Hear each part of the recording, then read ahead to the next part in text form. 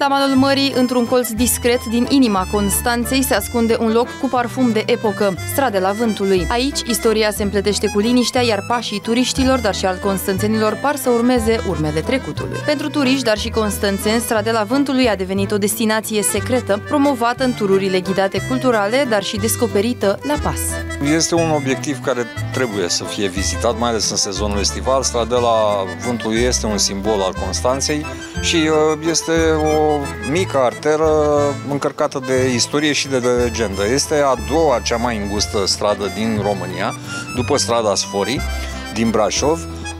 Însă mai trebuie menționat un lucru. Adesea avem turiști din Sibiu care ne vorbesc despre un pasaj de trecere folosit de pompieri în secolele trecute între Piața Mare și Piața Mică.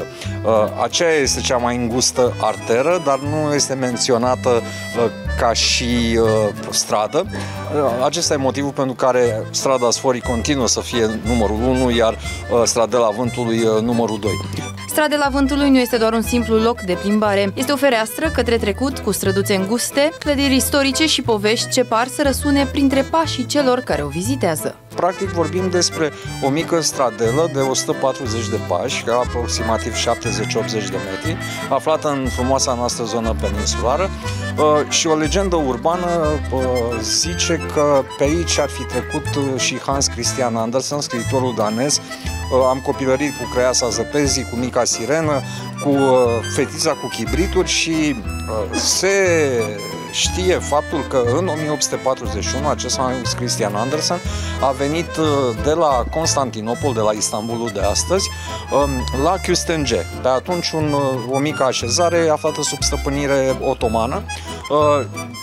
Mai târziu a scris Bazarul unui poet, o carte de memorii și așa s-a născut mitul potrivit căruia acest Hans Christian Andersen s-ar fi inspirat din Stradela Vântului atunci când a scris Fetița cu chibrituri.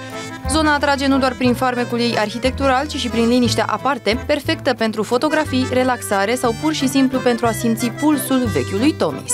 Și această Stradela Vântului a apărut la sfârșitul secolului al XIX-lea, începutul secolului 20, cea mai veche clădire din zonă care mărginește această stradelă este de pe la 1897, iar restul sunt în jurul anului 1900, deci la începutul secolului 20.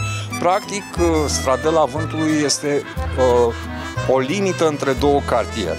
Este o limită între fostele mahalale, mahalaua grecească, care se află în partea dreaptă a mea, și mahalaua armenească, care se află în stânga.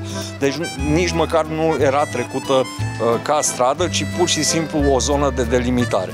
Așa s-a născut ea, a fost prinsă în sistematizarea orașului de la începutul secolului 20 și a reușit să rămână până în secolul 21, iar astăzi ne putem mândri cu ea. Locul atrage prin simplitate și eleganță. Este una dintre puținele zone unde încă se poate simți spiritul Tomisului antic, dar și influențele grecești și romane care au modelat identitatea orașului nostru. Stradela Vântului nu este doar un loc, ci o stare, o invitație la răgaz și visare, un spațiu în care modernul se întâlnește cu istoria într-un echilibru perfect.